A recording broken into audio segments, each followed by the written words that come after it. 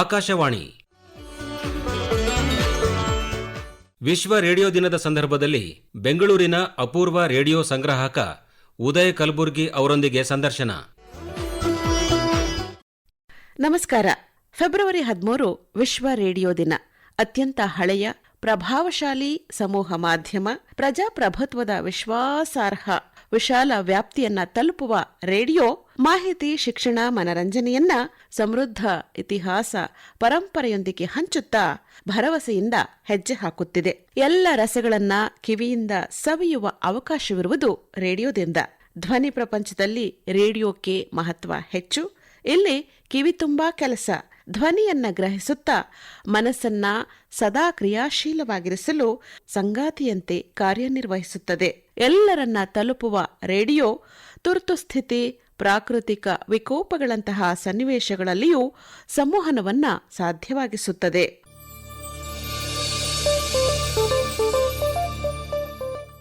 ವಿಶ್ವ ರೇಡಿಯೋ ದಿನದ ಶುಭಾಶಯಗಳು.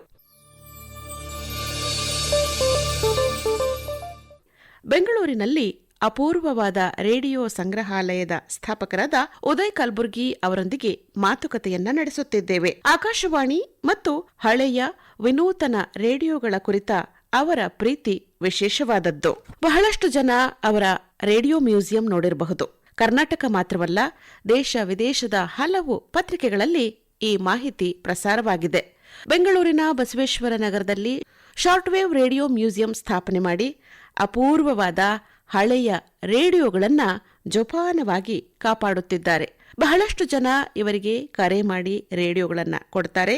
ಇವರೂ ಸಹ ರೇಡಿಯೋಗಳನ್ನು ಹುಡುಕಿ ದೇಶದ ನಾನಾ ಕಡೆಗಳಿಗೆ ಹೋಗಿ ಬಾಂಬೆ, ಅಹಮದಾಬಾದ್, ದೆಹಲಿ, ಕಲ್ಕತ್ತಾ, ಪೂನಾ, ನಮ್ಮ ಶಿವಮೊಗ್ಗ, ಭದ್ರಾವತಿ, ಹುಬ್ಬಳ್ಳಿ, ಧಾರವಾಡ ಹೀಗೆ ಎಲ್ಲಿಯೇ ಆದರೂ ಮಾತನಾಡದ ರೇಡಿಯೋಗಳನ್ನ ತಂದು ಜೀವ ನೀಡಿ ಮಾತಾಡುವ ಹಾಗೆ ಮಾಡ್ತಾರೆ. ವೃತ್ತಿಯಿಂದ ಎಂಜಿನಿಯರ್, ಬಾಲ್ಯದಿಂದಲೂ ರೇಡಿಯೋದ ಆಸಕ್ತಿಯಿಂದಾಗಿಯೇ ಇಂದು ದೇಶ ವಿದೇಶಗಳಲ್ಲಿ ಶಾರ್ಟ್ ವೇವ್ ರೇಡಿಯೋ ಮ್ಯೂಸಿಯಂನಿಂದಾಗಿಯೇ ಗುರುತಿಸಲ್ಪಡುತ್ತಾರೆ ಉದಯ್ ಕಲಬುರ್ಗಿ. ಬನ್ನಿ ಅವರ ರೇಡಿಯೋ ಕಥೆಗಳಿಗೆ ಕಿವಿಯಾಗೋಣ. ಸರ್ ನಮಸ್ತೆ, ಕಾರ್ಯಕ್ರಮಕ್ಕೆ ಸ್ವಾಗತ. ನಮಸ್ಕಾರ. ಇಂಥ ಒಂದು ಚಂದದ ರೇಡಿಯೋ ಮ್ಯೂಸಿಯಂ ನೀವು ಶುರು ಮಾಡಿದ್ದೀರಾ. ಅದಕ್ಕೆ ಕಾರಣ ಅಂತ ಹೇಳಿದ್ರೆ ನಿಮಗೆ ಆಕಾಶವಾಣಿ ಬಗ್ಗೆ, ರೇಡಿಯೋ ಬಗ್ಗೆ ಇರುವಂಥ ಪ್ರೀತಿ. ಒಂದು ಪತ್ರಿಕೆಯಲ್ಲಿ ಓದಿದ್ವಿ ನಾವು, ನಿಮಗೆ 9 ವರ್ಷ ಇದ್ದಾಗಲಿಂದನೂ ಕೂಡ ರೇಡಿಯೋದ ಜೊತೆಗೆ ಆಸಕ್ತಿ, ರೇಡಿಯೋದ ಜೊತೆಗೆ ಒಂದು ನಂಟು, ರೇಡಿಯೋ ಆಕಾಶವಾಣಿ ಅಂದರೆ ವಿಶೇಷವಾದ ಪ್ರೀತಿ. ನಿಮ್ಮ ಜೊತೆಗೆ ಒಂದು ವಿಸ್ತಾರವಾದ ಮಾತುಕತೆ ನಡೆಸೋದಕ್ಕೆ ತುಂಬ ಖುಷಿ ಆಗ್ತಾ ಇದೆ ಸರ್. ರೇಡಿಯೋ ಅಷ್ಟು ಮುಖ್ಯ. ಆಕಾಶವಾಣಿನ ತುಂಬ ಪ್ರೀತಿಸ್ತೀರಿ.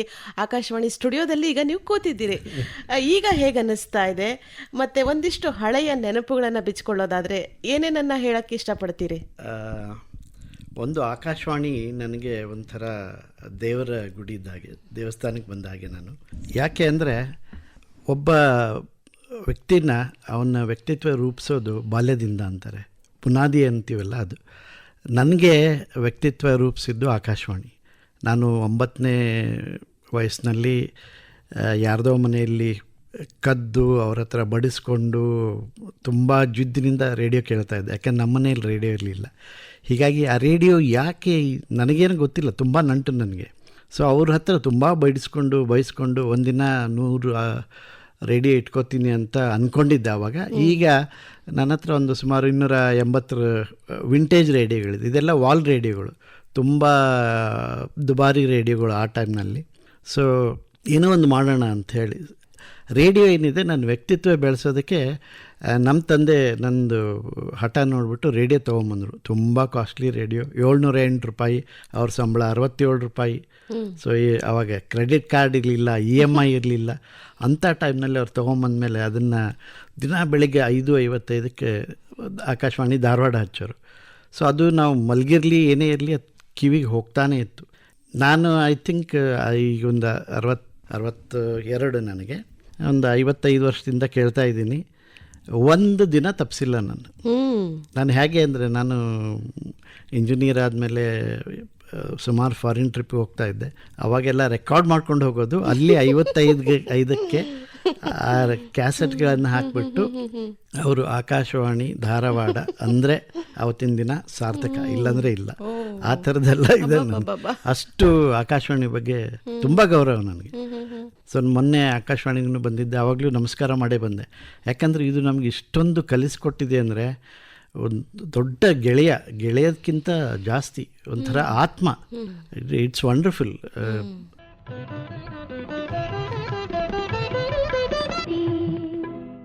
ಆಮೇಲೆ ಮುಂದೆ ಹೋಗ್ತಾ ತುಂಬ ಅಂದರೆ ಅದೇನೋ ಬಂದುಬಿಟ್ಟಿತ್ತು, ಯಾರ ಮನೆಗೆ ಹೋದರೂ ಒಂದು ರಿಪೇರ್ ಮಾಡೋದು, ಇದನ್ನು ಮಾಡೋದು, ಅದನ್ನು ಮಾಡೋದು ಅಂತ. ಯಾರಾದರೂ ಮನೆಯಲ್ಲಿ ಏನಾದರೂ ಕೆಟ್ಟು ಅಂದರೆ ನನ್ನೇ ಕರೆಯೋರು.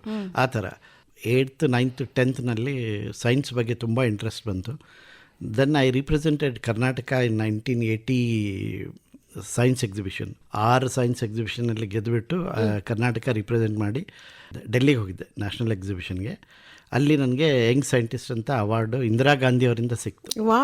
ನನ್ನ ಇನ್ನೊಂದು ಗ್ರೇಟ್ ನನ್ನ ಜೀವನದ ಒಂದು ಅತ್ಯುತ್ತಮ ಕ್ಷಣ ಅಂದರೆ, ಇಂದಿರಾ ಗಾಂಧಿ ಅವರು ನಮ್ಮ ಸ್ಟಾಲಿಗೆ ಬಂದಿದ್ದರು.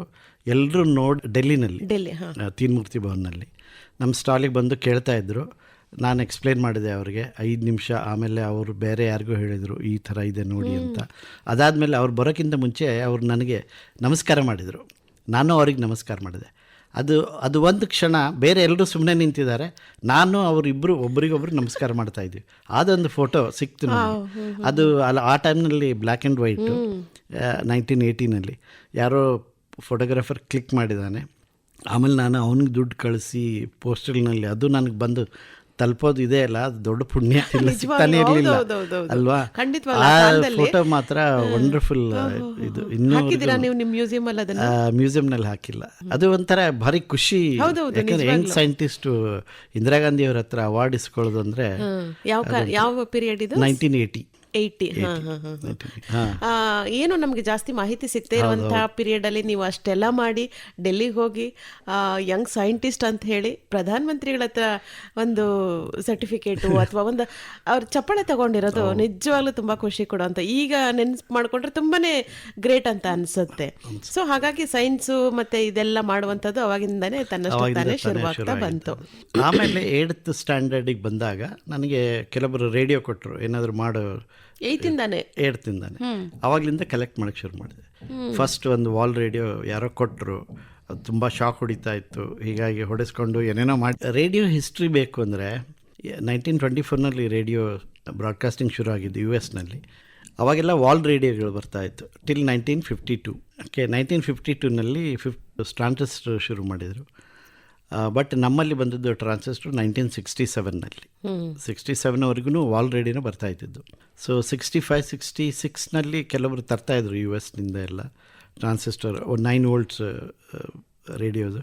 ನಮ್ಮದು ವಾಲ್ ರೇಡಿಯೋ ಎಲ್ಲ 230 volts, ತುಂಬ ದೊಡ್ಡದಿರೋದು, ಒಳ್ಳೆ ಪೆಟ್ಟಿಗೆ ಥರ ಕಟ್ಟಿಗೆ ಪೆಟ್ಟಿಗೆ. ಈ ಟ್ರಾನ್ಸಿಸ್ಟರ್ ರೇಡಿಯೋಗಳು ಬಂದಮೇಲೆ ಆ ವಾಲ್ ರೇಡಿಯೋ ಏನಿದೆ ಅದನ್ನೆಲ್ಲ ಜನ ಎಲ್ಲ ಮರ್ತು ಅಂದರೆ ಲಿಟ್ರಲಿ ಎಲ್ಲ ಹಾಳಾಗ್ಬಿಡ್ತು.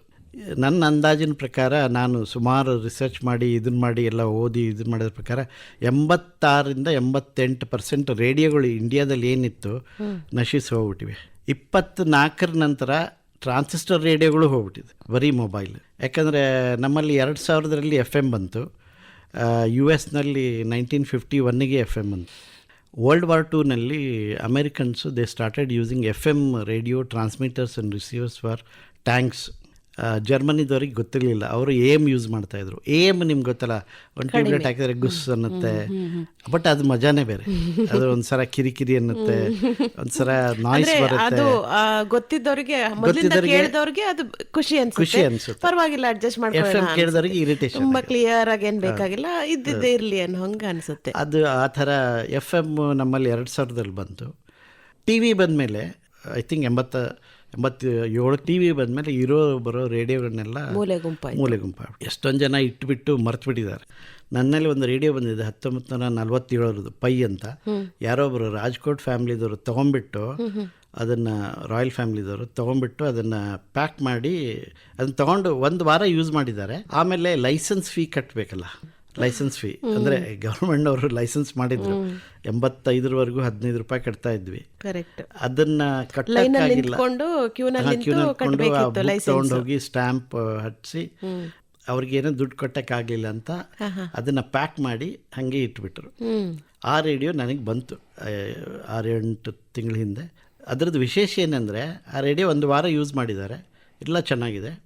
ಹೊರಗಡೆ ಬಾಕ್ಸ್ ಏನಿದೆ ಅಲ್ಲ, ಪ್ಯಾಕಿಂಗ್ ಬಾಕ್ಸ್ ರಟ್ಟಿಂದು, ಅದು that is more valuable than the radio. ಯಾಕಂದರೆ ಅದು ಆ ಥರದ್ದು ಇನ್ಸಿಡೆಂಟ್ ತುಂಬ ಕಡಿಮೆ. ನಾವು ಯಾವುದೇ ವಸ್ತು ತೊಗೊಂಡ್ರು ಅದ್ರ ಹೊರಗಡೆ ಪ್ಯಾಕೇಜ್ ಬಿಸಾಕ್ಬಿಡ್ತೀವಿ. ಬಟ್ ಇದರಲ್ಲಿ ಆ ಯಾಕಂದ್ರೆ ಅಷ್ಟು ಹಳೆ ರೇಡಿಯೋ ಅಲ್ವಾ, ಅದು ರೇಡಿಯೋಗೆ ಅಷ್ಟು ಇಂಪಾರ್ಟೆನ್ಸ್ ಅದನ್ನ ಕವರ್ ಮಾಡಿಟ್ಟಿರೋದು ಅವರು. ಹಾಗಾಗಿ ಸೊ ಹೀಗಾಗಿ ತುಂಬ ಅಪರೂಪದ ರೇಡಿಯೋಗಳೆಲ್ಲ ಬಂದಿದೆ ನನ್ನ ಹತ್ರ. ನೀವು ಹೇಳಿದ್ರಿ ಯಾರೋ ಒಬ್ರು ನಿಮಗೆ ರೇಡಿಯೋ ಕೊಡಬೇಕು ಅಂತ ಹೇಳಿ ವಿಲ್ ಮಾಡಿದ್ರು ಅಂತ. ಹಾಂ, ನಾನು ಮ್ಯೂಸಿಯಂ ಶುರು ಮಾಡಿದಾಗ 2019 ಅವರು ಫಸ್ಟ್ ವಿಸಿಟರ್. ತುಂಬ ಖುಷಿಪಟ್ಟರು. ಏಜ್ ಆಗಿತ್ತು, ಅವರು 80 ಇತ್ತು ಅವಾಗ. ಸೊ ತುಂಬ ಖುಷಿಪಟ್ಟರು. ಅವರು ಹ್ಯಾಮ್, ಹೀಗಾಗಿ ಅವ್ರ ಹತ್ರ ರೇಡಿಯೋಗಳೆಲ್ಲ ಇತ್ತು. ಕೆಲವೊಂದು ರೇಡಿಯೋ ಕೊಡ್ತಾಯಿದ್ರು, 1-2 ಸಾರಿ ಬಂದು ಹೋದರು. ಆಮೇಲೆ ಅವ್ರ ಹತ್ರ ಒಂದು ದೊಡ್ಡದು USA ಮಿಲ್ಟ್ರಿ ರೇಡಿಯೋ ಇತ್ತು, 27 kg 28 kg ಇದೆ. ಅವರು ಅದನ್ನು ನನಗೆ ತೋರಿಸಿದ್ರು. ನೋಡಷ್ಟೇ, ನೀನು ಕೊಡಲ್ಲ ಅಂತ ಹೇಳಿದರು. ಆಯಿತು, ನನಗೆ ಬರೋದಾದರೆ ಬರಲಿ ಬಿಡಿ ಅಂತ ಅನ್ನೋದು ನಂದು.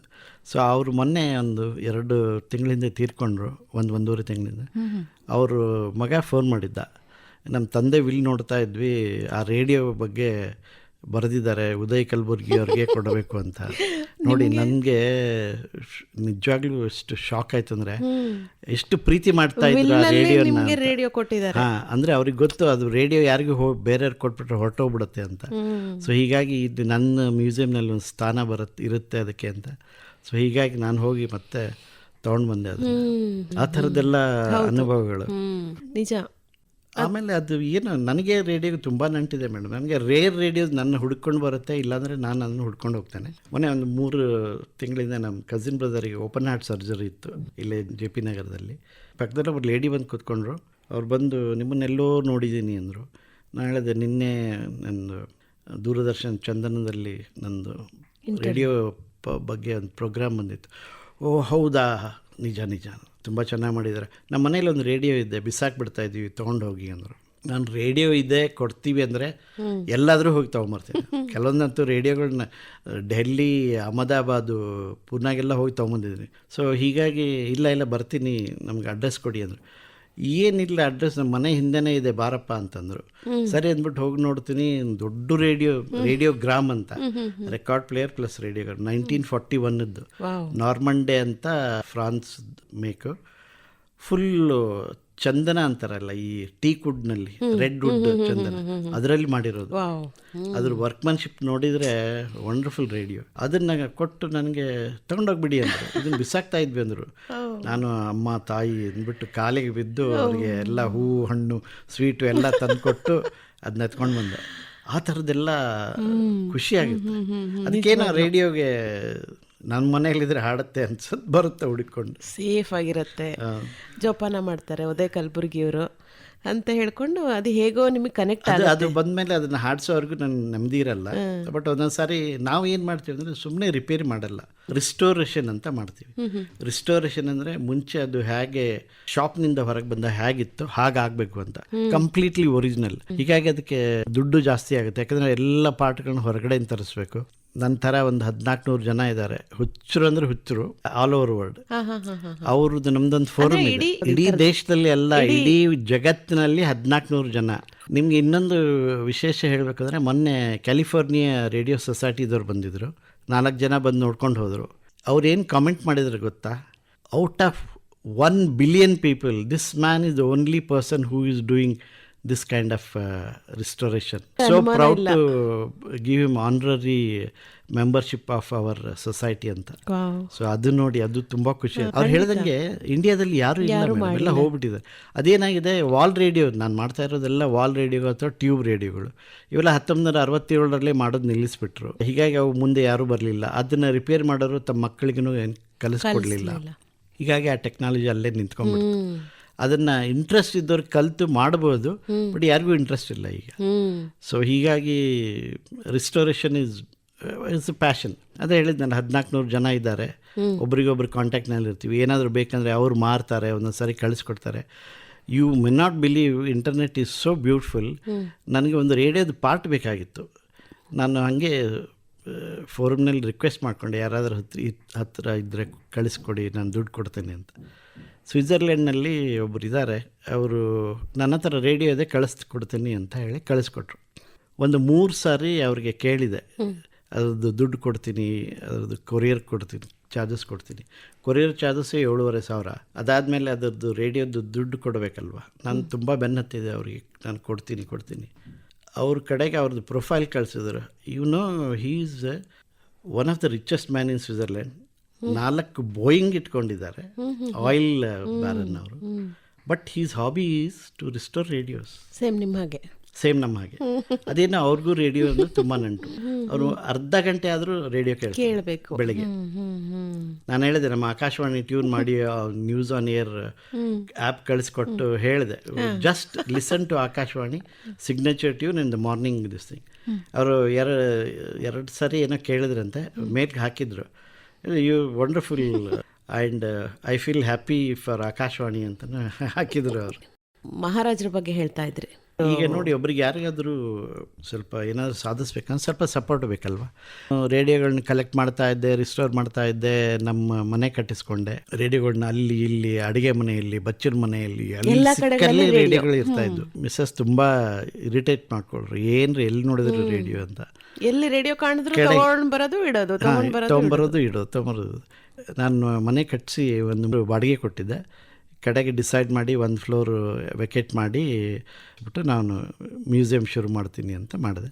ಆವಾಗ ನನಗೆ ಇವರು ಸಿಕ್ಕರು, ನಮ್ಮ ಟ್ರಂಕೂರ್ ಮಹಾರಾಜರು, ಪದ್ಮನಾಭ ವರ್ಮ ಅಂತ. Is a big radio fan. ಅವ್ರ ಮನೆಯಲ್ಲಿ ಒಂದು ಸುಮಾರು 20-25 ರೇಡಿಯೋ ಇದೆ.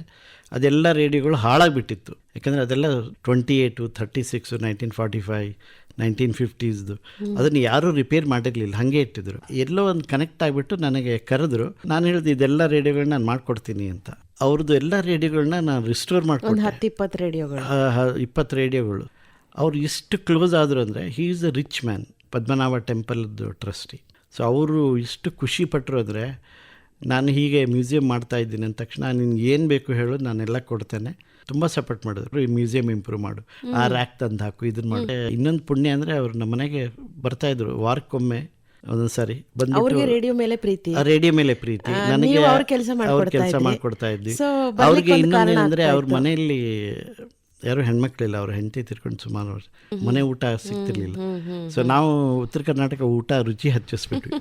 ಹಿಂಗಾಗಿ ಬಂದ ತಕ್ಷಣ ಉದಯ್ ನಾನು ಊಟ ಮಾಡೇ ಹೋಗೋದು ಅಂತ. ನಮ್ಮ ಮನೆಯವ್ರು ಬಿಸಿ ಬಿಸಿ ರೊಟ್ಟಿ ಮಾಡಿ ತುಂಬ ಖುಷಿಯಿಂದ ಹೋಗೋರು. ಲಾಸ್ಟ್ ಇಯರ್ ತೀರ್ಕೊಂಡ್ರು, but he help me lot. ಅಂದರೆ ಹೇಳ್ತಾರೆ ನೋಡಿ, ನಾವೇನಾದರೂ ಒಂದು ಒಳ್ಳೆ ಕೆಲಸ ಮಾಡ್ಲಿಕ್ಕೆ ಹೊರಟಾಗ ಯಾವುದಾದ್ರೂ ಒಂದು ಒಳ್ಳೆ ಶಕ್ತಿ ನಮ್ಮ ಕೈಗೂಡುತ್ತೆ, ನಮಗೆ ಸಪೋರ್ಟ್ ಮಾಡುತ್ತೆ ಅನ್ನೋ ಹಾಗೆ. ನೀವೇನು 8-9 ವರ್ಷದಿಂದಾನೇ ಶುರು ಮಾಡ್ಕೊಂಡಿದ್ರಿ.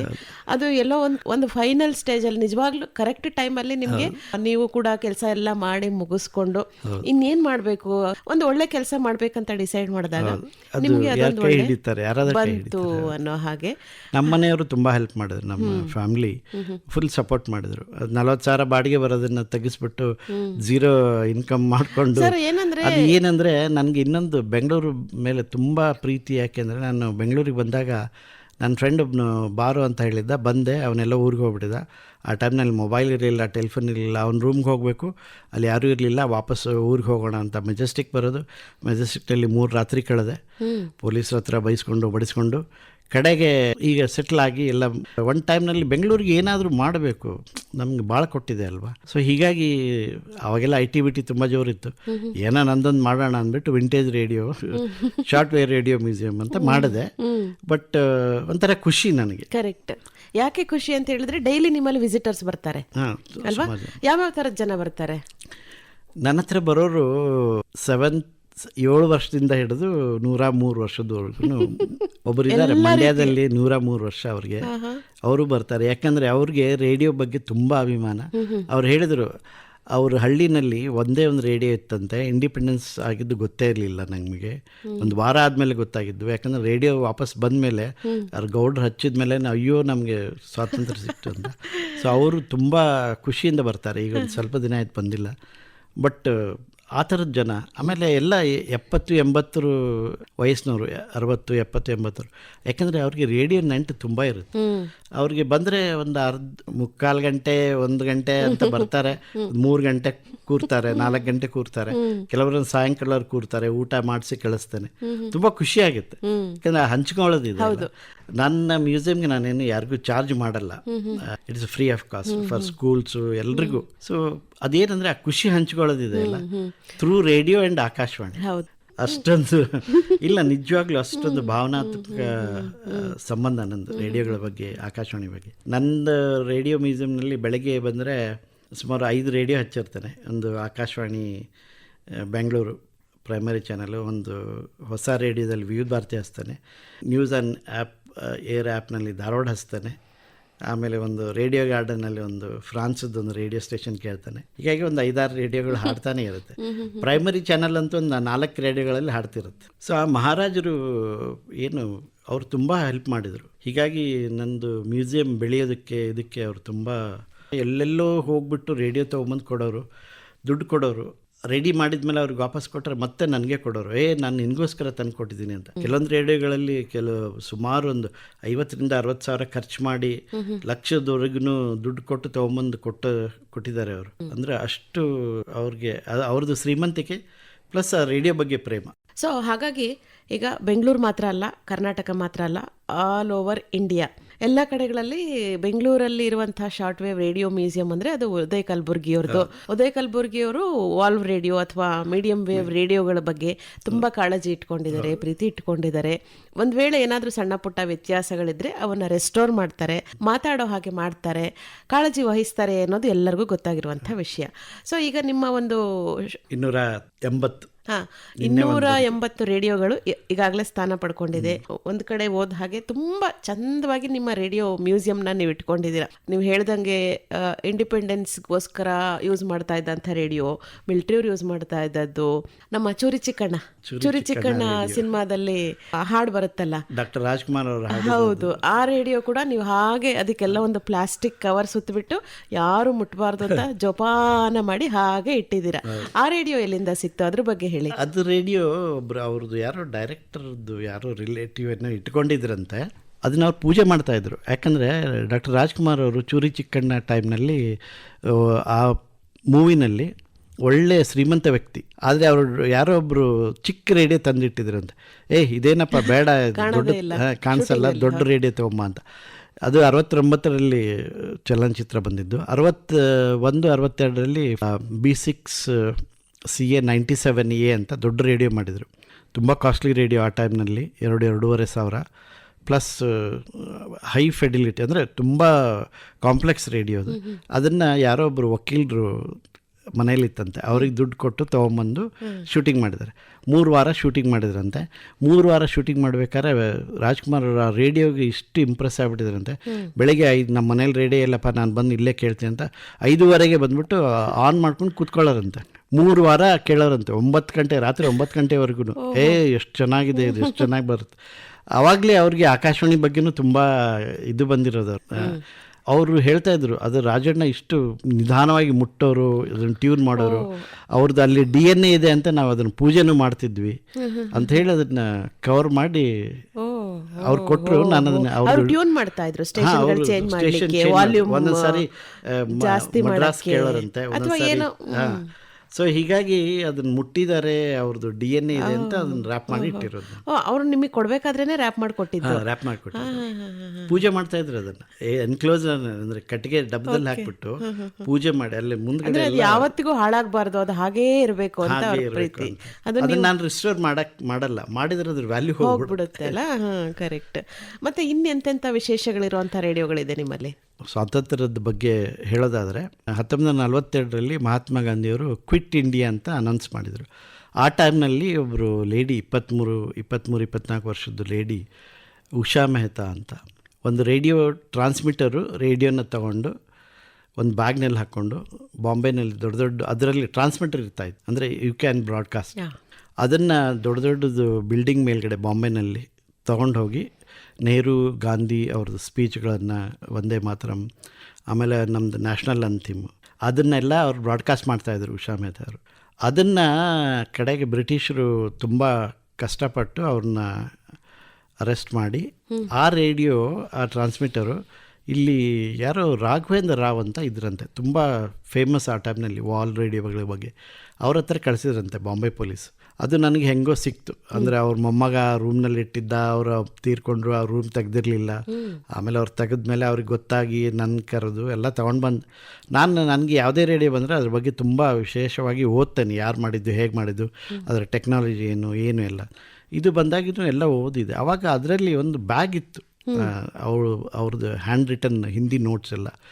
ನಮಗೆ ಹಿಂದಿ ಸರಿಯಾಗಿ ಓದೋಕ್ಕೆ ಬರೋಲ್ಲ ನನಗೆ ಆ್ಯಕ್ಚುಲಿ. ಬೇರೆಯವ್ರ ಹತ್ರ ಉಷಾ ಮೆಹ್ತಾ ಅದು ಏನೇನೋ ಬರೆದಿದ್ರಲ್ಲ, ಅದನ್ನೆಲ್ಲ ಟ್ರಾನ್ಸ್ಲೇಟ್ ಮಾಡಿಕೊಟ್ಟ. ಅದೆಲ್ಲ ಅವಾಗ ನನಗೆ ಗೊತ್ತಾಗಿದ್ದು ಇದು ಫ್ರೀಡಮ್ ಫೈಟರ್ ಉಷಾ ಮೆಹ್ತಾ. ನಾನು ಬಾಂಬೆಗೆ ಹೋಗಿ ಪೊಲೀಸು, ನನ್ನ ಫ್ರೆಂಡನ್ನ ಅಣ್ಣ ಅವರು ಪೊಲೀಸ್ ಇನ್ಸ್ಪೆಕ್ಟರ್ ಇದರಲ್ಲಿ, ಅವ್ರ ಹತ್ರ ಸುಮಾರು ಅವ್ರ ಬೆನ್ನು ಹತ್ತಿ ಕಡೆಗೆ ಬಾಂಬೆ ಸೇ ಬೆಂಗಳೂರು ಗಯಾ ಹೇ ಉತ್ನಾಯಿ ಐಶ್ ಹೇ ಅಂತ ಹೇಳಿ ಬಿಟ್ಬಿಟ್ರು. ಕಡೆಗೆ ಆಯ್ತಪ್ಪ ಇದೇ ಇರಬೇಕು ಅಂತ. ಯಾಕೆ ನನಗೆ ಹ್ಯಾಂಡ್ ರೈಟಿಂಗ್ ಎಲ್ಲ ಇತ್ತಲ್ಲ, ಅವ್ರ ಬ್ಯಾಗ್ ಹರಿದೋಗಿರೋ ಬ್ಯಾಗ್. ಅಂದ್ರೆ ನಿಮ್ಗೆ ಕನ್ಫರ್ಮ್ ಮಾಡ್ಕೋಬೇಕು, ಹೌದಾ ಇದು ಅವ್ರದ್ದೇನಾ ಅಲ್ವಾ. ಆಮೇಲೆ ಅದನ್ನ ತಗೊಂಬಂದು ಅದನ್ನು ಇಟ್ಟಿದ್ದೀನಿ. ಅದನ್ನೂ ರಿಸ್ಟೋರ್ ಮಾಡಿಲ್ಲ. See that is one of the jewel. Correct. Freedom ಸ್ಟ್ರಗಲ್ನಲ್ಲಿ ಎಷ್ಟು ಹೆಲ್ಪ್ ಮಾಡಿದೆ. ಅಲ್ಲ ಅವಕ್ಕೆಲ್ಲ ಬೆಲೆ ಕಟ್ಟಲಿಕ್ಕೆ ಸಾಧ್ಯನೇ ಆಗೋದಿಲ್ಲ. ಮತ್ತೆ ರಿಸ್ಟೋರ್ ಮಾಡಿ ಇಟ್ಬಿಟ್ರೆ ಅವು ಅದರದ್ದು ವ್ಯಾಲ್ಯೂ ಹೋಗ್ಬಿಡುತ್ತೆ. ಆಮೇಲೆ ಅದ್ರ ಮೇಲೆ ಒಂದು ಮೂವಿ ಮಾಡಿದ್ರು ಲಾಸ್ಟ್ ಇಯರ್, ವತನ್ ಹೇ ಮೇರೆ ವತನ್ ಅಂತ. ಸಾರಾ ಅಲಿ ಖಾನ್ ಅವರು ಬಂದಿದ್ರು. ಅದು ಎಲ್ಲ ನೋಡಿ ಒಂದು 3 ತಿಂಗಳು ನನ್ನ ಬಗ್ಗೆ, ಅದು ರೇಡಿಯೋಗಳ ಬಗ್ಗೆ ಎಲ್ಲದ್ರ ಬಗ್ಗೆ ವಿಚಾರ ಮಾಡಿ ಮೂವಿ ಮಾಡಿರೋದು. ನಿಮ್ದು ಏನಾದ್ರು ಸೇರಿಸಿದಾರ? ಅಲ್ಲಿ ಲಾಸ್ಟ್ನಲ್ಲಿ ಕ್ರೆಡಿಟ್ನಲ್ಲಿ ಹಾಕಿದ್ದಾರೆ, ಶಾರ್ಟ್ ವೇವ್ ರೇಡಿಯೋ ಮ್ಯೂಸಿಯಂ. ತುಂಬ ತುಂಬ ತುಂಬ ತುಂಬ ಇಂಟ್ರೆಸ್ಟಿಂಗ್ ಕಥೆಗಳೆಲ್ಲ ಇದೆ. ರೇಡಿಯೋ ಬಗ್ಗೆ ತುಂಬ ಇದೆ, ಮಾತಾಡ್ತಾ ಇದ್ದಾರೆ. ನಾವು ಉತ್ತರ ಕರ್ನಾಟಕದವರು. ನಾನು ಹುಟ್ಟಿ ಬೆಳೆದಿದ್ದೆಲ್ಲ ಗದಗ್, ಹುಬ್ಳಿ, ಧಾರವಾಡ, ನಿಪ್ಪಾಣಿನಲ್ಲಿ ಸ್ವಲ್ಪ ಓದ್ಕೊಂಡಿದ್ದೆ. ಇನ್ನೊಂದು ವಿಶೇಷ ಅಂದರೆ ಧಾರವಾಡದಲ್ಲಿ 4 ವರ್ಷ ಇದ್ದಾಗ ನನಗೆ ಆ್ಯಕ್ಚುಲಿ ಜ್ಞಾನೋದಯ ಆಗಿದ್ದು ರೇಡಿಯೋಗಳ ಬಗ್ಗೆ. ಇಷ್ಟು ಆದರೆ ಅಲ್ಲಿ ಆ ಸ್ಥಳನೇ ಆಗಿದೆ ಒಂಥರ. ಆಮೇಲೆ ಈ ದಿಗ್ಗಜರದ ಸಹವಾಸ, ಅವ್ರ ಮಾತುಗಳು ಅದು ಕೇಳಿ ನಾವು ಏನು ಮಾಡ್ತಾನೇ ಇಲ್ವಲ್ಲ ಅಂತ. ಇಂಜಿನಿಯರಿಂಗ್ ಆದಮೇಲೆ ಕೆಲಸಕ್ಕೆ ಬಂದ್ವಿ. ಕೆಲಸದಲ್ಲಿ ಒತ್ತಡದಲ್ಲಿ ಬೆಂಗಳೂರಿಗೆ ಬಂದರೆ ಗೊತ್ತಲ್ಲ, ಮನೆ ಸಿಗಲ್ಲ, ಅದು ಮಾಡಬೇಕು ಇದು ಮಾಡಬೇಕು ನಡೀತು. ಬಟ್ ಆವಾಗ ಯಾವುದೇ ಟೈಮ್ನಲ್ಲಿ ರೇಡಿಯೋ ನಾನು ಬಿಡಲಿಲ್ಲ. ನಾನು ಬೆಂಗಳೂರಿಗೆ ಬಂದಾಗಲೂ ನನ್ನ ಹತ್ರ 2 ರೇಡಿಯೋ ಇಟ್ಕೊಂಡೇ ಬಂದಿದ್ದೆ ನಾನು. ನಮ್ಮ ತಂದೆ ಹೇಳಿದ್ರು, ಅಲ್ಲಿ ಇರೋಕ್ಕೆ ಜಾಗ ಇಲ್ಲ, ಏನು ಮಾಡ್ತೀಯ ತೊಗೊಂಡೋಗಿ ಅಂತ. ಇಲ್ಲ ನೋಡೋಣ ಅಂತ. ಆ ಥರದ್ದೆಲ್ಲ ರೇಡಿಯೋಗಳ ಬಗ್ಗೆ ವಿಶೇಷ ಅಂದರೆ ವಿಶೇಷ ಪ್ರೀತಿ ನನಗೆ. ಆಮೇಲೆ ನೀವು ಹೇಳಿದ್ರಿ ಯಾರೋ ಒಬ್ಬರು ಅವ್ರ ಹೆಂಡತಿ. ನನಗೆ ಮ್ಯೂಸಿಯಂ ಶುರು ಮಾಡಿದ್ದ ಒಂದು ತಿಂಗಳಿನಲ್ಲೇ ಒಂದು ಚಿಕ್ಕದ ಆರ್ಟಿಕಲ್ ಬಂದಿತ್ತು ಯಾವುದೋ ಒಂದು ಪೇಪರ್ನಲ್ಲಿ. ಅದನ್ನು ನೋಡಿಬಿಟ್ಟು ಒಬ್ಬರು ಸದರ್ನ್ ರೈಲ್ವೇನಲ್ಲಿ ತುಂಬ ದೊಡ್ಡ ಸ್ಥಾನದಲ್ಲಿರೋ ಒಬ್ಬರು ವ್ಯಕ್ತಿ, ಈಗ ರಿಟೈರ್ಡ್ ಆಗಿದ್ದಾರೆ. ಅವರು ನನಗೆ ಕರೆದ್ರು, ನನ್ನ ಹತ್ರ ಒಂದು ರೇಡಿಯೋ ಇದೆ, ವಿಶೇಷ ರೇಡಿಯೋ ನಿಮಗೆ ಕೊಡಬೇಕು ಅಂತ. ಹೋಗಿ ನೋಡಿದ್ರೆ ಅದು 1963 ಗ್ರಂಡಿಂಗ್ ಅಂತ ಟ್ರಾನ್ಸಿಸ್ಟರ್ ರೇಡಿಯೋನೇ. ಬಟ್ ಅದನ್ನು ಅವರು 1960ನಲ್ಲಿ ಜರ್ಮನಿಗೆ ಹೋದಾಗ ತೊಗೊಂಡು ಬಂದಿದ್ರಂತೆ. ಆ ರೇಡಿಯೋ ಜೊತೆಗೆ ಅವರು ಗರ್ಲ್ ಫ್ರೆಂಡ್ ಜೊತೆಗೆ ತುಂಬ ರೊಮ್ಯಾಂಟಿಕ್ ಸಾಂಗ್ಸ್ ಕೇಳ್ತಾ ಇದ್ರು. ಎಲ್ಲೇ ಹೋದರೂ ರೇಡಿಯೋ ತೊಗೊಂಡೋದು, ಯಾವುದೇ ಪಾರ್ಕಿಗೆ ಹೋದರು. ಅವಾಗ ಹಿಂದಿ ತುಂಬ ರೊಮ್ಯಾಂಟಿಕ್ ಸಾಂಗ್ಸ್ ತುಂಬ ಪಾಪ್ಯುಲರ್ ಅಲ್ಲ 60ಸ್ನಲ್ಲಿ. ಸೊ ಹೀಗಾಗಿ ಅವರು ರೇಡಿಯೋ ಜೊತೆಗೆ ಅವರು ಫ್ರೆಂಡ್ ಜೊತೆ ಕೂತ್ಕೊಂಡು ಕೇಳೋರಂತೆ, ಗರ್ಲ್ ಫ್ರೆಂಡ್ ಜೊತೆಗೆ. ಸೊ ಅದು ಇಷ್ಟು ರೊಮ್ಯಾಂಟಿಕ್ ಆಗಿತ್ತು ಅಂದರೆ ಕಡೆಗೆ ಅವಳನ್ನೇ ಮದುವೆಯಾಗಿ 2 ಮಕ್ಕಳಾಗಿ ಈಗ 2 ಮಕ್ಕಳು ಎಲ್ಲೋ USA ಎಲ್ಲೋ ಇದ್ದಾರಂತೆ. ಸೊ ಇವರು ಒಬ್ಬಂಟಿದ್ದಾರೆ. ಸೊ ಅವ್ರು ಹೇಳಿದ್ರು, ನನಗೆ ಇಷ್ಟೆಲ್ಲ, ನನಗೆ ಆ ರೇಡಿಯೋ ಬಗ್ಗೆ ಎಷ್ಟು ಪ್ರೀತಿ ಇದೆ ಅಂದರೆ ಅದು ನನ್ನ ಹೆಂಡತಿನ ಕೂಡಿಸಿದ್ದು, ಅದು ಹಾಡುಗಳನ್ನ ಕೇಳಿದ್ದು, ಅದು ಮರೆಯೋಕ್ಕೆ ಸಾಧ್ಯ ಇಲ್ಲ. ಬಟ್ ನಾನು ಇವತ್ತೇನಾದರೂ ಹೋದರೆ ಆ ರೇಡಿಯೋ ಎಲ್ಲೋ ಹೋಗ್ಬಿಡುತ್ತೆ, ಅದು ಹಾಗಾಗಬಾರ್ದು, ಅದಕ್ಕೆ ನಾನು ನಿನಗೆ ಕೊಡ್ತಾಯಿದ್ದೀನಿ ಅಂತ. ನಾನು ಹೇಳಿದೆ, ನೀವೇ ಇಟ್ಕೊಳ್ಳಿ, ಇಷ್ಟು ಪ್ರೀತಿ ಮಾಡ್ತಾನೆ. ಇಲ್ಲ ತೊಗೊಂಡೋಗು ಅಂತ. ಕೊಡ್ಬೇಕಾದ್ರೆ ಅವ್ರ ಕಣ್ಣಲ್ಲಿ ನೀರಿತ್ತು. ನನಗಿನ್ನೂ ಪಾಪ ತೊಗೊಂಡು ಬಂದಿದ್ದಕ್ಕೆ ಬೇಸರ ಇದೆ, ಅವ್ರು ತೀರ್ಕೊಂಡ್ರು. ಬಟ್ ಇಷ್ಟು ಬೇಜಾರಾಗುತ್ತೆ ಅಂದರೆ ಒಂದು ರೇಡಿಯೋ ಈ ಆತ್ಮಗಳನ್ನು ಎಷ್ಟು ಸೇರಿಸುತ್ತೆ ಅಂತ. ಆಮೇಲೆ ರೇಡಿಯೋಗಳ ಬಗ್ಗೆ ಆತ್ಮ ಅಂತಂದರೆ ಇನ್ನೊಂದು ತುಂಬ ಭಯಾನಕ ಕಥೆ ಇದೆ ನನ್ನ ಹತ್ರ. ಪ್ರೀತಿ ಒಂದು ಕಡೆ ಆದರೆ ನೋಡಿ, ಆ ರೇಡಿಯೋಗೆ ನಾನು ವಿಶೇಷ ಸ್ಥಾನ ಕೊಟ್ಟಿದ್ದೀನಿ. ಅದಕ್ಕೆ ಅವರು ಮಿಸ್ಸಸ್ ಹೊಲಿದಿರೋದೊಂದು ಅರಿವೆದು ಒಂದು ಬಟ್ಟೆದು ಕವರ್ ಇದೆ. ಎಷ್ಟು ಪ್ರೀತಿ ಮಾಡ್ತಾ ಇದ್ರು ಆ ರೇಡಿಯೋಗೆ. ಅವರಿಬ್ಬರನ್ನ ಸೇರಿಸಿದ್ದು ಆ ರೇಡಿಯೋ. ಅವ್ರು ಖುಷಿಯಾಗಿರ್ಲಿಕ್ಕೆ ಕಾರಣ ಆಗ್ತಾ ಇತ್ತು ರೇಡಿಯೋ ಅಂತ. ಅದು ನಾನು ಎಲ್ಲ ಯಾರೇ ಯಂಗ್ಸ್ಟರ್ಸ್ ಬಂದರೆ ಅದನ್ನೇ ಹೇಳೋದು, ನೀವು ವಾಟ್ಸಪ್ಪು ಇನ್ಸ್ಟಾಗ್ರಾಮು ಶೇರ್ ಮಾಡ್ತಿರಲ್ಲ ಅದೆಲ್ಲ ಮಾಡಬೇಡಿ. ನೀವೊಂದು ರೇಡಿಯೋ ತಗೊಳ್ಳಿ, ನಿಮ್ಮ ಗರ್ಲ್ಫ್ರೆಂಡಿಗೆ ಒಂದು ರೇಡಿಯೋ ಕಳಿಸಿ, ಅವಳಿಗೆ ಹೇಳಿ ಆಕಾಶವಾಣಿ ಬೆಳಗ್ಗೆ 9:30 ಈ ಹಾಡು ಬಂದಿದೆ, ನೀನು ಕೇಳಿದ್ಯಾ ಅಂತ ಕೇಳಿ, ಅವಳು ಅದನ್ನ ಕೇಳಬೇಕು. ಅದು ಅವಾಗ ಏನಾಗುತ್ತೆ, ನಿಮ್ಮಿಬ್ಬರದು ರಿಲೇಷನ್ ಇನ್ನೂ ಗಟ್ಟಿ ಆಗುತ್ತೆ, ಕಾಂಟ್ಯಾಕ್ಟ್ ಹಾಗೆ ಟಚ್ನಲ್ಲಿರುತ್ತೆ. ನೀವೇನಾದ್ರೆ ಆಕಾಶವಾಣಿಗೆ ದುಡ್ಡು ಕೊಡಬೇಕಾಗಿಲ್ಲ, ಕೇಳೋದಕ್ಕೆ ದುಡ್ಡು ಕೊಡಬೇಕಾಗಿಲ್ಲ. ಆದರೆ ಫೇಸ್ಬುಕ್ಕು ಎಲ್ಲದಕ್ಕೂ ಡೇಟಾಗೆ ದುಡ್ಡು ಕೊಡಬೇಕು. ಇದು ಎಷ್ಟು ಇದು ಇದೆ ಅಂದರೆ ಆ ಥರ ಮಾಡಿ. ನಾನು ಸುಮಾರು ಯಾವುದೇ ಕಾಲೇಜ್ಗಳಲ್ಲಿ ಲೆಕ್ಚರ್ಸ್ಗೆ ಹೋದಾಗ ಅದೇ ಹೇಳೋದು, ask your boy friend or girl friend to buy a radio, you buy a radio and listen to one particular station, listens to Akashvani, tell them at this time what song came and did you hear it. If he doesn't hear it, scold him. ಇಲ್ಲ sir, actually ಏನು ಗೊತ್ತಾ, ಕೇಳ್ತಾರೆ ಆಕಾಶವಾಣಿ ತುಂಬ ಜನ ಕೇಳ್ತಾರೆ. ಯಾಕಂದ್ರೆ ಈಗ ನಾವು ಆನ್ ಏರ್ ಅಲ್ಲಿ ಇರ್ತೀವಲ್ವಾ, ರೇನ್ಬೋ ಇರಲಿ, ವಿವಿಧ ಭಾರತಿ ಇರಲಿ, ಮತ್ತೆ ನಮ್ಮ ಮುಖ್ಯವಾಹಿನಿನೂ ಕೂಡ ಅಷ್ಟೇನೆ. ಈಗ ನ್ಯೂಸ್ ಆನ್ ಏರ್ ಅಲ್ಲಿ ಬರೋದ್ರಿಂದ ನೀವು ಹೇಳ್ದಂಗೆ ವಾಲ್ ರೇಡಿಯೋಗಳು ಕಡಿಮೆ ಆಗಿದೆ, ಟ್ರಾನ್ಸಿಸ್ಟರ್ ಕೇಳದೇ ಇದ್ರು ಕೂಡ ಆಕಾಶವಾಣಿಯನ್ನ ತುಂಬಾ ಜನ ಕೇಳ್ತಾರೆ. ನಾನು ಕೇಳ್ತಾ ಇಲ್ಲ ಅಂತಲ್ಲ, ಯುವ ಜನತೆಗೆ ಹೇಳೋದು. ಆದ್ರೆ ಒಂದೊಂದು ರೇಡಿಯೋಗಳ ಹಿಂದೆ 40, 50, 60, 70 ವರ್ಷದ ಒಂದು ಇತಿಹಾಸ ಇರುವಂತಹ ರೇಡಿಯೋಗಳಿದೆಯಲ್ಲ, ಆ ಕಾಲದಲ್ಲಿ ಅವತ್ತಿನ ಕಾಲಕ್ಕೆ ರೇಡಿಯೋ ತಗೊಳ್ಳೋದೇ ದೊಡ್ಡ ವಿಷಯ. ರೇಡಿಯೋ ಇಟ್ಕೊಳ್ಳೋದಂದ್ರೆ ಪ್ರೆಸ್ಟೀಜಿಯಸ್ ಅನ್ನೋ ಹಾಗೆ. ಆಮೇಲೆ ಅದರಲ್ಲಿ ಬರುವಂಥ ಧ್ವನಿಗಳು, ಅಷ್ಟು ಪುಟ್ಟ ರೇಡಿಯೋದಲ್ಲಿ ಹೇಗಪ್ಪ ಮಾತಾಡ್ತಾರೆ ಅನ್ನುವಂಥ ಕುತೂಹಲ. ಆಮೇಲೆ ಏನೂ ಇರಲಿಲ್ವಲ್ಲ ಅವಾಗೆಲ್ಲ ಎಂಟರ್ಟೈನ್ಮೆಂಟ್ಗೆ ಅಂಥೇಳಿ, ಅದನ್ನೆಲ್ಲ ಕೇಳಿಸ್ಕೊಳ್ಳೋಕ್ಕೆ ತಗೊಂಡಂಥ ಒಂದೊಂದು ರೇಡಿಯೋಗಳು, ನೀವು ಹೇಳ್ದಂಗೆ ಅವಾಗ ಸಂಬಳಗಳು ಕಮ್ಮಿ. ಅಂಥ ಟೈಮಲ್ಲಿ 100, 200, 300 ರೂಪಾಯಿ ಜೋಡಿಸ್ಕೊಂಡು ರೇಡಿಯೋ ತಗೊಳ್ಳೋದು ಅಂದರೆ ಅದಕ್ಕೆ ಒಂದು ಪ್ರೀತಿ ಇದ್ದರೆ ಮಾತ್ರ ಸಾಧ್ಯ. ಅಂಥ ರೇಡಿಯೋಗಳನ್ನು ಸಂಗ್ರಹ ಮಾಡಿಕೊಂಡು ಅದಕ್ಕೆ ಮರುಜೀವ ಕೊಟ್ಕೊಂಡು ನೀವು ಆ ರೇಡಿಯೋಗಳ ಜೊತೆ ಉಸಿರಾಡ್ತಾ ಇದ್ದೀರಿ. ಆಕಾಶವಾಣಿದು ಆಲ್ ಇಂಡಿಯಾ ರೇಡಿಯೋದ್ದು ಪ್ರಸಾರ ಭಾರತಿಯವರು ಒಬ್ಬರು ಬಂದಿದ್ದರು, ಟೆಕ್ನಿಕಲ್ ಡೈರೆಕ್ಟರ್ ಅವರು, ಸೀನಿಯರ್ ಟೆಕ್ನಿಕಲ್ ಡೈರೆಕ್ಟರ್. ಅವ್ರು ಬಂದುಬಿಟ್ಟು ಕಾಲ್ ಮಾಡಿದರು. ಅವರು ಆ್ಯಕ್ಚುಲಿ ಇಲ್ಲೇನೋ ಬೇರೆ ಆಕಾಶವಾಣಿ ಕೆಲಸಕ್ಕೆ ಬಂದಿದ್ರಂತೆ. ಬಂದರು, ಎಲ್ಲ ರೇಡಿಯೋ ಮ್ಯೂಸಿಯಮ್ನೆಲ್ಲ ನೋಡಿದರು, ಎಲ್ಲ ರೇಡಿಯೋಗಳನ್ನ ಹಾಡಿಸಿ ಕೇಳಿಸಿದೆ. ಅವ್ರು ಹೇಳಿದ್ರು, ಇಷ್ಟು ಚೆನ್ನಾಗಿದೆ ಅಂದರೆ ಆಕಾಶವಾಣಿದವ್ರು ನಾವೇ ಮಾಡಬೇಕಾಗಿತ್ತು, ಈ ಥರ ನಮಗೆ ಮಾಡೋಕ್ಕಾಗಲಿಲ್ಲ, ನೀವು ತುಂಬ ಚೆನ್ನಾಗಿ ಮಾಡಿದ್ದೀರಾ ಹೀಗೆ ಅಂತ. FM ಎಲ್ಲ ಕನ್ವರ್ಟ್ ಮಾಡ್ತಾಯಿದ್ದೀವಿ ಬಿಕಾಸ್ ಆಫ್ ದ ಟೆಕ್ನಾಲಜಿ, ಅದು ಏನು ಮಾಡೋಕ್ಕಾಗಲ್ಲ ಅಂತ. ನಂದು ಮೀಡಿಯಮ್ ವೇವ್ ಹೋಗಿಬಿಟ್ರೆ ರೇಡಿಯೋಗಳೆಲ್ಲ ನಿಂತ್ಕೊಂಡ್ಬಿಡುತ್ತೆ, ಸೈಲೆಂಟ್ ಆಗಿಬಿಡುತ್ತೆ. ನಾನೇ ಒಂದು ಈಗ ಹ್ಯಾಮ್ ಲೈಸೆನ್ಸ್ ತೊಗೋತಾ ಇದ್ದೀನಿ. ಸೊ ನಾನು I can start A small transmitter just for museum only. ಅದನ್ನು ಮಾತಾಡಿದ್ದೀನಿ ಆಕಾಶವಾಣಿಯವ್ರ ಹತ್ರ. ಅಂದರೆ ಯಾರಿಗೂ ತೊಂದರೆ ಆಗಲಾರ್ದ ಹಾಗೆ ನೀವೇನು ಪ್ರಸಾರ ಮಾಡ್ತೀರೋ ಅದನ್ನು ಮತ್ತೆ ರಿಪೀಟ್ ಮೀಡಿಯಮ್ ವೇವ್ನಲ್ಲಿ ಮಾಡಿ ನನ್ನ ರೇಡಿಯೋಗಳಲ್ಲಿ ಕೇಳಬೇಕು ಅಂತ ಆ ಥರ ಅದು ಮಾಡಿದ್ದೆ. ಬಂದವ್ರಿಗೆ ತೋರಿಸೋದಕ್ಕೆ. ಯಾಕಂದರೆ ನೀವು 90 ವರ್ಷದ ಸಂಭ್ರಮಾಚರಣೆ ಇದ್ದೀರಿ. ನನ್ನ ಹತ್ರ 1928 ರೇಡಿಯೋ ಇದೆ, 1930 ರೇಡಿಯೋ ಹಾಡುತ್ತೆ. ನಾನು ಅದನ್ನು ರೆಕಾರ್ಡ್ ಮಾಡಿ ಕಳಿಸಿದ್ದೆ ದೊಡ್ಡವರಿಗೆ, ಅವರು ಅಲ್ಲಿಂದ ಅಪ್ರಿಷಿಯೇಟ್ ಮಾಡಿದರು. ನಮ್ಮಲ್ಲೇ ಆ ಥರ ರೇಡಿಯೋ ಇಲ್ಲ. 90 ವರ್ಷ ನಿಮ್ಮ ಆಕಾಶವಾಣಿನಲ್ಲಿ 90 ವರ್ಷದ ಹಿಂದಿನ ರೇಡಿಯೋ, 1936 ರೇಡಿಯೋ, 1930 ರೇಡಿಯೋ ಹಾಡುತ್ತೆ ಅಂದರೆ ಈಗಲೂ ನಾನು ಮನ್ ಕಿ ಬಾತ್ ಅದರಲ್ಲೇ ಕೇಳೋದು. ಅವು 2 ರೇಡಿಯೋಗಳಿದೆ, ಅದರಲ್ಲಿ ಕೇಳೋದು. ಅಥವಾ 47 ರೇಡಿಯೋ ಇದೆ, ಸುಮಾರು ರೇಡಿಯೋಗಳಿದೆ ಬಿಡಿ, ಎಲ್ಲದರಲ್ಲೂ ಆನ್ ಮಾಡಿ ಕೇಳೋದು. ಅದೊಂಥರ ಖುಷಿ. ಆ ರೇಡಿಯೋದ್ದು ಸೊಗಸೇ ಬೇರೆ. ರೇಡಿಯೋ ಯಾಕೆ ಅಷ್ಟು ಪ್ರೀತಿ ಅಂದರೆ ಅದೊಂಥರ ಲೈಫ್ ಇದ್ದಂಗೆ.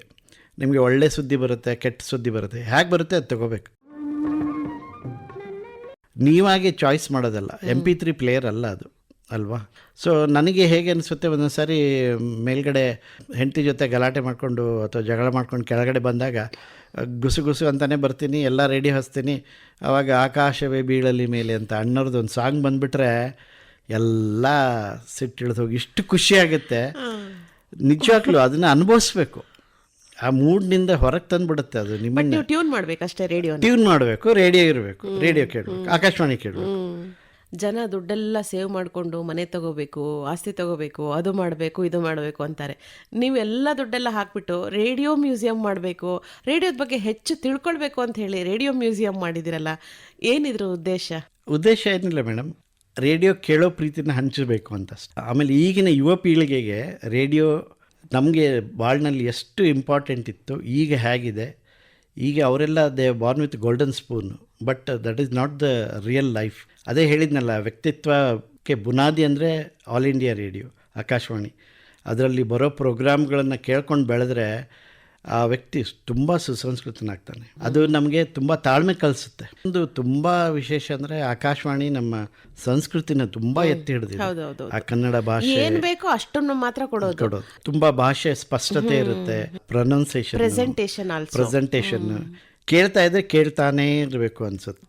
ಅದು ತುಂಬ ಕನೆಕ್ಟ್ ಆಗುತ್ತೆ, ನನಗಂತೂ ತುಂಬ ಕನೆಕ್ಟ್ ಆಗುತ್ತೆ. ರೇಡಿಯೋಗೆ ಸಂಬಂಧಪಟ್ಟ ಹಾಗೆ ಬಹಳಷ್ಟು ಕಥೆಗಳಿದೆ ನಿಮ್ಮ ಹತ್ರ. ಒಂದು ಅಂದರೆ ದಾವಣಗೆರೆಯಲ್ಲಿ ಹೆಣ್ಣು ನೋಡೋಕೆ ಹೋಗಿದ್ದೆ ಅಂದರೆ ನನ್ನ ಕೆಲಸ ಸಿಕ್ಕು ಬೆಂಗಳೂರಿನಲ್ಲಿ ಸೆಟ್ಲ್ ಆದಾಗ. ಸೊ ಅವರು ಎಲ್ಲ ಹೆಣ್ಣು ನೋಡೋ ಕಾರ್ಯಕ್ರಮ ಎಲ್ಲ ಆಯಿತು. ನಮ್ಮ ತಂದೆ ತಾಯಿ ಬಂದಿದ್ದರು ಹುಬ್ಳಿಯಿಂದ. ಎಲ್ಲ ನೋಡಾದ್ಮೇಲೆ ನಿಮ್ಮದು ಹಾಬಿ ಏನು ಮಾಡ್ಕೊಂಡಿದ್ದೀನಿ? ನಾನು ಹೇಳಿದೆ, ನಾನು ವಾಲ್ ರೇಡಿಯೋ, ಹಳೆ ರೇಡಿಯೋಗಳನ್ನ ಇದು ಮಾಡ್ತೀನಿ. ಅವ್ರು ಬಾಯ್ತಪ್ಪ, ಅಯ್ಯೋ ನಿನ್ನೆ ತಾನೇ ನಮ್ಮದು ರೇಡಿಯೋ ಕೊಟ್ಬಿಟ್ಟಿವ್ರಿ ಗುಜರಿಗೆ ಅಂದರು. ನಾನು ಓ ಹೌದಾ, ಆಯಿತು ಬಿಡಿ ಅಂತ ಕೆಳಗೆ ಅದೆಲ್ಲ ಮುಗಿಸ್ಬಿಟ್ಟು ನಮ್ಮ ತಂದೆ ತಾಯಿಗೆ ಹುಬ್ಳಿಗೆ ಕಳಿಸಿ ದಾವಣಗೆರೆಯಲ್ಲ, ಚಿಕ್ಕೂರು ಆ ಟೈಮ್ನಲ್ಲಿ ಎಲ್ಲ ಸುತ್ತಾಡಿ ಆ ರೇಡಿಯೋ ಹುಡುಕಾಡಿ ತೊಗೊಂಡ್ಬಂದೆ. ಅವ್ರೇನೋ 50 ರೂಪಾಯಿಗೆ ಮಾರಿದ್ರಂತೆ, 100 ರೂಪಾಯಿ ಕೊಟ್ಟು ತೊಗೊಂಬಂದು ಆಮೇಲೆ ಒಂದು ವಾರ ಆದಮೇಲೆ ನಮ್ಮ ತಂದೆ ಹೇಳಿದ್ರು, ಅವ್ರಿಗೆ ಫೋನ್ ಮಾಡಿ ಹೇಳಬೇಕು ಏನಾಯಿತು ಅಂತ. ಆಮೇಲೆ ನಾನೇ ಕಾಲ್ ಮಾಡಿ, ನಿಮ್ಮದು ಮನೆ ಹುಡುಗಿ ಸೆಟ್ ಆಗಲಿಲ್ಲ, ಆದರೆ ಆ ರೇಡಿಯೋ ಸಿಕ್ತು ನನಗೆ, ಆ ರೇಡಿಯೋ ತುಂಬ ಚೆನ್ನಾಗಿದೆ, ಅದು ಸೆಟ್ ಆಯಿತು ಅಂದರೆ. ಅವ್ರು ಏನ್ರಿ ನೀವು ಹಿಂಗೆ ಹೇಳ್ತೀರಾ ಅಂತ. ಅವರು ಗುಜರಿಗೆ ಬಿಸಾಕಿದ ರೇಡಿಯೋ ತಗೊಂಡು ನೀವು ಮನೇಲಿ ಇಟ್ಕೊಂಡ್ರಿ. ಸೊ ಆ ಥರ ಅದು ಒಂಥರ ಕೊಡಬೇಕು ಅಂತ ಇದ್ದಿದ್ದ ಹುಡುಗಿನ ನೀವು ಅಲ್ಲೇ ಬಿಟ್ಬಿಟ್ಟು ಬಂದ್ರಿ. ಅದು ಋಣಾನು ಬಂದ, ಯಾರು ಏನು ಮಾಡೋಕ್ಕಾಗಲ್ಲ. ಹೀಗಾಗಿ ಅದೇ ರೇಡಿಯೋ ನನಗೆ ಬರಬೇಕು ಅಂದರೆ ಎಲ್ಲಿಂದಾದ್ರೂ ಬರುತ್ತೆ. ಎಲ್ಲಿ ಹೋದ್ರೂ ರೇಡಿಯೋ ಸುತ್ತಾನೆ ನಿಮ್ಮ ಚಿತ್ತ. ಹೌದು, ನಾನು ಎಲ್ಲಿ ಹೋದರೂ ರೇಡಿಯೋ ನನಗೆ ಹೇಗೆ ರೇಡಿಯೋ ಸಿಗುತ್ತೆ ಅಂದರೆ ಮೇಡಮ್, ನಿಂಗೆ ಹೇಳಿದ್ನಲ್ಲ ಹಾಸ್ಪಿಟಲ್ ಕತೆ. ಆಮೇಲೆ ಇಲ್ಲೆಲ್ಲೋ ಬೆಲ್ ರೋಡ್ನಲ್ಲಿ ಒಬ್ಬರ ನಿಂತ್ಕೊಂಡಿದ್ದ, ಅವನ ಹತ್ರ ಯಾವುದೋ ಒಂದು ಹಳೆ ರೇಡಿಯೋ ಇತ್ತು. ಅವನು ಡಬ್ಬಿನಲ್ಲಿ ನಾನು ತೋರಿಸಲ್ಲ, 500 ರೂಪಾಯಿ ಕೊಡೋದು. ನಾನು ಹೇಳಿದೆ, ತೋರಿಸು, ನಿನ್ಗೆ ಎಷ್ಟು ಬೇಕೋ ಕೊಡ್ತೀನಿ ಅಂತ. ಅವ್ನು ತೋರಿಸಿದ, 800 ರೂಪಾಯಿ ಕೊಟ್ಟು ಎತ್ಕೊಂಡ್ಬಂದೆ. ಅದು ಹಳೆ military World War II radio. ಹಾಗೆಲ್ಲ ಸಿಗುತ್ತೆ ನನಗೆ. ನೋಡಿ, ಅದು ಬೇರೆ ಯಾರಿಗೂ ಹೋಗ್ಬೋದಿತ್ತ, ಬಟ್ ಆ ಟೈಮ್ನಲ್ಲಿ ನಾನು ಹೋಗಿ ಆ ಥರ ತುಂಬ ಕಣ್ಣು ಅದನ್ನೇ ಹುಡುಕ್ತಾ ಇರುತ್ತೆ ಅನ್ಸುತ್ತೆ. ರೇಡಿಯೋ ಕಣ್ಣು ಮನಸ್ಸು ಹುಡುಕ್ತಾ ಇರುತ್ತೆ ಎಲ್ಲಾದರೂ ಏನಾದರೂ. ನಿಮ್ಮ ರೇಡಿಯೋ ಅಸೋಸಿಯೇಷನ್ ಬಗ್ಗೆ ಹೇಳಿ. ರೇಡಿಯೋ ಬಗ್ಗೆ ತುಂಬ ಪ್ರೀತಿ ಇರೋರು ಆಲ್ ಓವರ್ ದ ವರ್ಲ್ಡ್ ಇದ್ದಾರೆ. ಒಬ್ಬರು ಜಾನ್ ಹುಪ್ಸಿ ಅಂತ ಒಂದು ಶುರು ಮಾಡಿದರು, RadioMuseum.org ಅಂತ. ಅವರು ಈಗಿಲ್ಲ, ಅವರು ಕೋವಿಡ್ನಲ್ಲಿ ತೀರ್ಕೊಂಡ್ರು. He was a very pioneer scientist on radios. So ಅಲ್ಲಿ ಏನು ಮಾಡ್ತೀವಿ ಅಂದರೆ ಎಲ್ಲರೂ ಶೇರ್ ಮಾಡ್ಕೋತೀವಿ. ಈಗ ನನ್ನ ಹತ್ರ ಒಂದು ರೇಡಿಯೋ ಬಂದರೆ ಅದ್ರ ಬಗ್ಗೆ ಡೀಟೇಲ್ಸ್ ಎಲ್ಲ ಕಲೆಕ್ಟ್ ಮಾಡಿ ಒಂದು ಪ್ಲಾಟ್ಫಾರ್ಮ್ನಲ್ಲಿ ಅಪ್ಲೋಡ್ ಮಾಡ್ತೀವಿ, RadioMuseum.org ಅಂತ. ಅದರಲ್ಲಿ ಅವರು ಅದನ್ನೆಲ್ಲ ವ್ಯಾಲ್ಯೂಯೇಟ್ ಮಾಡಿ ಇದು ಕರೆಕ್ಟ್ ಇದೆಯಾ ಅಂತ ಮಾಡ್ತಾರೆ. ಸೊ ರಿಸ್ಟೋರೇಷನ್ ಮಾಡಬೇಕಾದ್ರು ಹಾಗೆ, ರಿಪೇರ್ ಮಾಡಿದವರಿಗೆ ಅವಕಾಶ ಇಲ್ಲ ಅಲ್ಲಿ. ಬರೀ ರೇಡಿಯೋ ರಿಸ್ಟೋರ್ ಯಾರು ಮಾಡ್ತಾರೆ ಅವ್ರಿಗೆ ಮಾತ್ರ. ನನಗೂ ಮೆಂಬರ್ ಆಗೋಕ್ಕೆ ಒಂದೂವರೆ ವರ್ಷ ಹಿಡಿತು. ಸೊ ನಾನು 260 ರೇಡಿಯೋಗಳನ್ನ ರಿಸ್ಟೋರ್ ಮಾಡಿರೋದು ಎಲ್ಲ ಡೀಟೇಲ್ಸ್ ಎಲ್ಲ ಹಾಕಿ ಆದಮೇಲೆ ಮೆಂಬರ್ಶಿಪ್ ಕೊಟ್ಟಿರೋದು. ಸೊ ಹೀಗಾಗಿ ಅದು ಒಂಥರ ವಿಶೇಷ ಫೋರಮ್ ಅದು. ಅಂದರೆ ನಿಮ್ಮ ಮ್ಯೂಸಿಯಮ್ಗೆ ಬಂದವರೆಲ್ಲ, ವಿಸಿಟ್ ಮಾಡಿದವರೆಲ್ಲ ತುಂಬ ಒಳ್ಳೊಳ್ಳೆ ರಿವ್ಯೂಸ್ ಬರೆದಿದ್ದಾರೆ. ಅಂದರೆ ಎಲ್ಲರೂ ಹೇಳೋದೇನೆಂದರೆ, ಬೆಂಗಳೂರಲ್ಲಿ ಈ ಥರದೊಂದು ರೇಡಿಯೋ ಮ್ಯೂಸಿಯಂ ಇದೆ, ತುಂಬ ಚೆನ್ನಾಗಿ ಮೇಂಟೈನ್ ಮಾಡಿದ್ದಾರೆ ಉದಯ್ ಕಲಬುರ್ಗಿಯವರು. ಅವರ ಒಂದು ಪ್ರೀತಿ, ಆ ರೇಡಿಯೋ ಯಾವಾಗ ಸಿಕ್ತು, ಅದ್ರದ್ದು ಇಂಪಾರ್ಟೆನ್ಸ್ ಏನು ಅಂತೇಳಿ ಎಲ್ಲವನ್ನು ಕೂಡ ನೀವು ತುಂಬ ಒಬ್ಬರೇ ಮ್ಯಾನೇಜ್ ಮಾಡೋದ್ರ ಬಗ್ಗೆ ಕೂಡ ಒಳ್ಳೊಳ್ಳೆ ಮಾತುಗಳನ್ನು ಹೇಳಿದ್ದಾರೆ. ಅಂಥ ಎಷ್ಟೋ ರೇಡಿಯೋಗಳಿಗೆ ಜಾಗ ಕೊಟ್ಟಿದ್ದೀರಿ, ರಿಸ್ಟೋರ್ ಮಾಡಿದ್ದೀರಿ. ಒಂಥರ ವಿಶೇಷವಾದ ಪ್ರೀತಿ ಇದು. ಎಲ್ಲರೂ ಮಾಡೋದಿಲ್ಲ. ನನ್ನ ಹೆಂಡತಿ ಹೇಳ್ತಾಳೆ ಹುಚ್ಚು ಪ್ರೀತಿ ಅಂತ. ಅವ್ರಿಗೆ ಒಂದು ರೇಡಿಯೋ ಕೊಟ್ಬಿಟ್ರೆ ಆಯಿತು, ಏನು ಬೇಡ ಅಂತ. ಅಂದರೆ ಊಟ ತಿಂಡಿ ಏನು ಬೇಡ, ಜೀವಿಸ್ಕೋತಾರೆ ಎಲ್ಲಾದ್ರ ಬಗ್ಗೆ. ಹೌದು, ಅದು ನನಗೆ ನೀವು ಹೇಳಿದ್ರಿ, ತುಂಬ ಜನ ಒಳ್ಳೆ ಕಾಮೆಂಟ್ ಮಾಡಿದ್ದಾರೆ ಹೇಗೆ ಇದ್ರ ಬಗ್ಗೆ. ಅದೆಲ್ಲ ಬಂದಿರೋದು ಆಕಾಶವಾಣಿ. ಅಂದರೆ ನಾವು ನೋಡುವ ದೃಷ್ಟಿ ಎಲ್ಲಿ ಇರುತ್ತೆ, ಹೇಗಿರುತ್ತೆ ಅದ್ರ ಮೇಲೆ ಕೂಡ ಡಿಪೆಂಡ್ ಆಗುತ್ತೆ. ನೀವು ಆಕಾಶವಾಣಿನ ಆರಿಸ್ಕೊಂಡ್ರೆ, ಅದೇ ಹೇಳ್ತೀನಿ, ನನ್ನ ಸಿಗ್ನೇಚರ್ ಟ್ಯೂನ್ ಕೇಳಲಿಲ್ಲ ಅಂದರೆ ತುಂಬ ಕಿರಿಕಿರಿ ಆಗ್ಬಿಡುತ್ತೆ. ಆ ದಿನ ನಾನು ಮಿಸ್ ಮಾಡೋದೇ ಇಲ್ಲ. ಅಫ್ಕೋರ್ಸ್, ಅಂದರೆ ಆಕಾಶವಾಣಿ ಸಿಗ್ನೇಚರ್ ಟ್ಯೂನ್ಗಳು ಅದು ಒಂದೇ ಮಾತ್ರ ಇರ್ಬೋದು, AR ಸಿಗ್ನೇಚರ್ ಟ್ಯೂನು, ಪ್ರದೇಶ ಸಮಾಚಾರ, ಆ ಥರದ್ದೆಲ್ಲ ನಿಮ್ಮ ಕಿವಿ ಮೇಲೆ ಆಗಾಗ ಬೀಳ್ತಾನೆ ಇರಬೇಕು. ಸರ್, ಎಷ್ಟೊಂದು ವಿಷಯಗಳನ್ನ ನಮ್ಮ ಜೊತೆ ಹಂಚ್ಕೊಂಡ್ರಿ ನೀವು ಚಿಕ್ಕವರಾಗಿದ್ದಾಗಿಂದ ರೇಡಿಯೋ ಹೇಗೆ ಕೆಲಸ ಮಾಡುತ್ತೆ, ರೇಡಿಯೋದಲ್ಲಿ ಏನೇನೆಲ್ಲ ಐಟಮ್ಸ್ ಇರುತ್ತೆ, ಅದು ಹೇಗೆ ವರ್ಕ್ ಮಾಡುತ್ತೆ ಅನ್ನೋದ್ರಿಂದ ಹಿಡಿದು ನೀವು ಇಂಜಿನಿಯರಿಂಗ್ ಕಲಿತು ನಿಮ್ಮ ಜೊತೆಗೇ ರೇಡಿಯೋ ಇಟ್ಕೊಂಡು ಕೊನೆಗೂ ಅದನ್ನು ಬಿಡದೆ ಒಂದಷ್ಟು ರೇಡಿಯೋಗಳನ್ನು ಸೇರಿಸ್ಕೊಂಡು ಮಾತಾಡದೇ ಇರುವಂಥ ರೇಡಿಯೋಗಳಿಗೆ ಮಾತಾಡುವಂಥ ಶಕ್ತಿಯನ್ನು ಕೊಟ್ಕೊಂಡು ರೇಡಿಯೋಗಳ ಜೊತೆಗೆ ಬದುಕ್ತಾ ಇದ್ದೀರಾ. ರೇಡಿಯೋ ಅಂದರೆ ಆಕಾಶವಾಣಿ ಅಂದರೆ ರೇಡಿಯೋ. ಆಕಾಶವಾಣಿನೇ ನನ್ನ ಉಸಿರು ಅಂತ ಹೇಳ್ಕೊಂಡು ಪ್ರತಿದಿನ ಬೆಳಗ್ಗೆ ಸಂಜೆ ಒಂದಲ್ಲ ಎರಡಲ್ಲ 5-6 ರೇಡಿಯೋಗಳನ್ನು ಟ್ಯೂನ್ ಮಾಡಿಕೊಂಡು ಬೇರೆ ಬೇರೆ ಚಾನಲ್ಗಳನ್ನ ಕೇಳಿಕೊಂಡು ಎಲ್ಲೇ ರೇಡಿಯೋ ಇದ್ದರೂ ಕೂಡ ಯಾರು ರೇಡಿಯೋ ಬೇಡ ಅಂತಾರೆ, ಅದು ಹಳೆಯ ವಿಶೇಷವಾದ ರೇಡಿಯೋಗಳು, ತುಂಬ ಪುರಾತನವಾದಂಥ ರೇಡಿಯೋಗಳು ಎಲ್ಲಿ ಸಿಗುತ್ತೆ ಅಲ್ಲಿಗೆ ಹೋಗಿ ತೊಗೊಂಡು ಬಂದು ತುಂಬ ವಿಶೇಷವಾದಂಥ ಕೆಲಸ ಮಾಡ್ತಾ ಇದ್ದೀರಾ. ನಿಮ್ಮನ್ನು ಆಕಾಶವಾಣಿನಲ್ಲಿ ಮಾತಾಡಿಸುವಂಥ ಒಂದು ಸೌಭಾಗ್ಯ ಸಿಕ್ಕಿದ್ದು ತುಂಬ ತುಂಬ ಸಂತೋಷ ಆಯಿತು. ನಿಮ್ಮ ಸಮಯವನ್ನು ನಮಗಾಗಿ ಮೀಸಲಿಟ್ಟಿದ್ದಕ್ಕಾಗಿ ತುಂಬ ತುಂಬ ಧನ್ಯವಾದಗಳು. ನಮಸ್ಕಾರ. ನಮಸ್ಕಾರ ಮೇಡಮ್. ಬನ್ನಿ, short wave radio museum Basaveshwara ನಗರದಲ್ಲಿದೆ. ನನಗೆ ಒಂದು ಕರೆ ಮಾಡಿ ಬನ್ನಿ, ಯಾವಾಗಲೂ ಸುಸ್ವಾಗತ. ಆಕಾಶವಾಣಿಯ ಹಾಡುಗಳನ್ನು ನೀವು ನನ್ನ ಹಳೆ ರೇಡಿಯೋಗಳಲ್ಲೇ ಕೇಳಿ ಆನಂದಿಸಬೇಕು. ನನ್ನ ದೂರವಾಣಿ ಸಂಖ್ಯೆ ಬಂದು 98 450 43 9845043014. ಯಾವುದೇ ಟೈಮ್ನಲ್ಲೂ ಆದರೂ ಬನ್ನಿ. ನಾನು ರೇಡಿಯೋ ಬಗ್ಗೆ ಎಷ್ಟು ಹುಚ್ಚು ಅಂದರೆ, ನೀವು ರಾತ್ರಿ 11:30 ಬರ್ತೀನಿ ಅಂದ್ರೂ ನಾನು ಯು ಆರ್ ಮೋಸ್ಟ್ ವೆಲ್ಕಮ್. ಬನ್ನಿ, ನಮಸ್ಕಾರ. ಇದುವರೆಗೆ ವಿಶ್ವ ರೇಡಿಯೋ ದಿನದ ಸಂದರ್ಭದಲ್ಲಿ ಬೆಂಗಳೂರಿನ ಅಪೂರ್ವ ರೇಡಿಯೋ ಸಂಗ್ರಾಹಕ ಉದಯ್ ಕಲಬುರ್ಗಿ ಅವರೊಂದಿಗೆ ಮಾತುಕತೆ ಕೇಳಿದಿರಿ.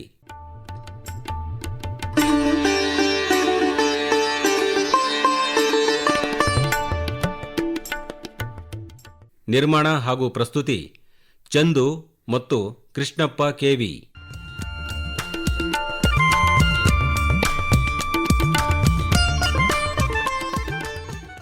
ಸಮಗ್ರ ನಿರ್ವಹಣೆ ನೂತನ ಎಸ್ ಕದಂ. ಇದು ಆಕಾಶವಾಣಿ ಬೆಂಗಳೂರು ಕೇಂದ್ರದ ಕೊಡುಗೆ.